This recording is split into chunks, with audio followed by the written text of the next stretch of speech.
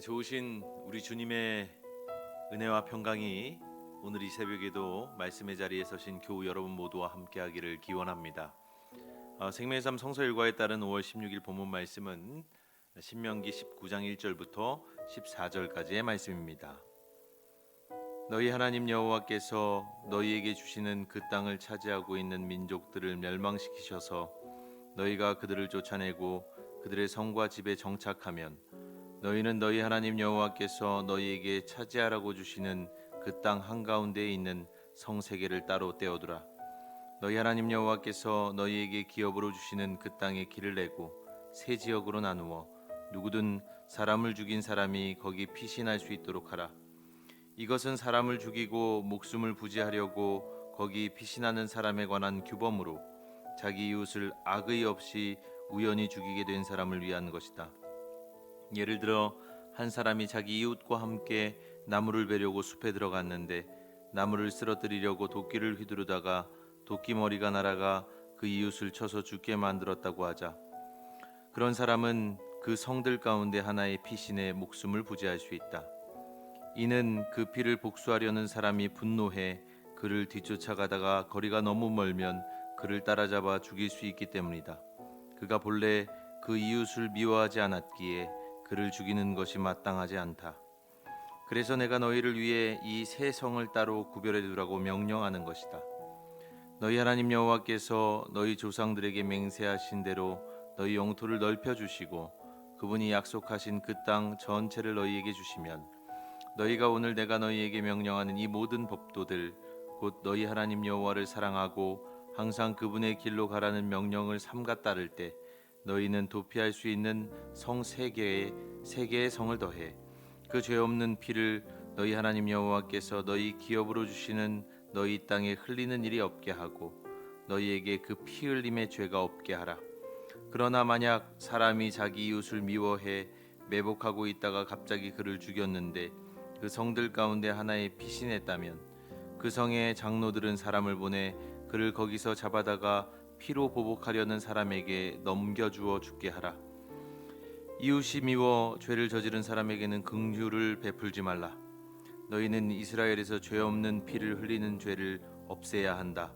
그러면 너희가 잘 될 것이다. 너희는 너희 하나님 여호와께서 너희에게 주시는 그 땅에서 너희가 받은 기업의 선임자들이 세운 너희 이웃의 경계도를 움직이지 말라. 아멘. 여러분, 십계명의 6번째 계명을 기억하시죠? 살인하지 말라입니다. 이 계명에는 우리 생명의 주인이 오직 하나님이시다라는 신앙 고백적 측면이 담겨져 있습니다.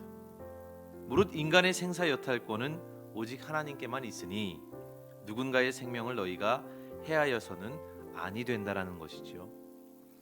앞서 읽은 오늘의 본문 말씀, 여러분들 잘 아시는 도피성에 대한 규정인데 이 말씀 또한 그러한 맥락에서 십계명 6계명의 맥락에서 읽어야 하겠습니다.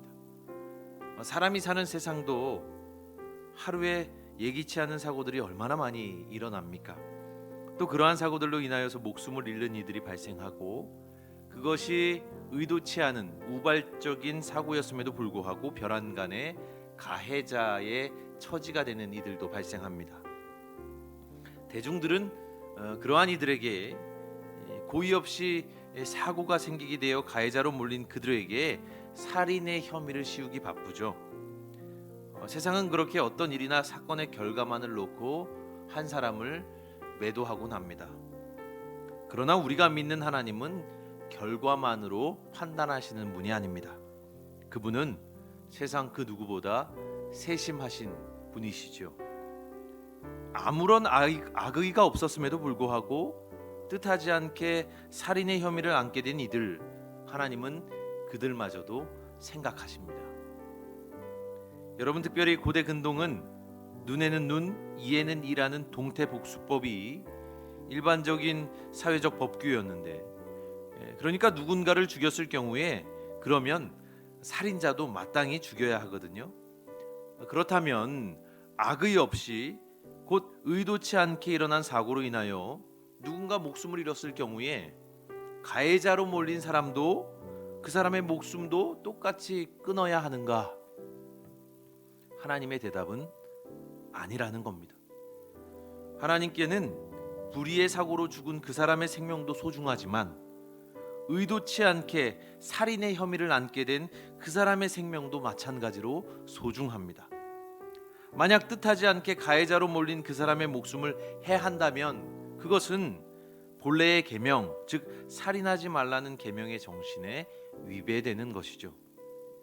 그러니 이러한 일을 방지하기 위해서라도 도피성 제도를 두어서 우발적인 사고에 연루된 자들을 보호하는 것입니다.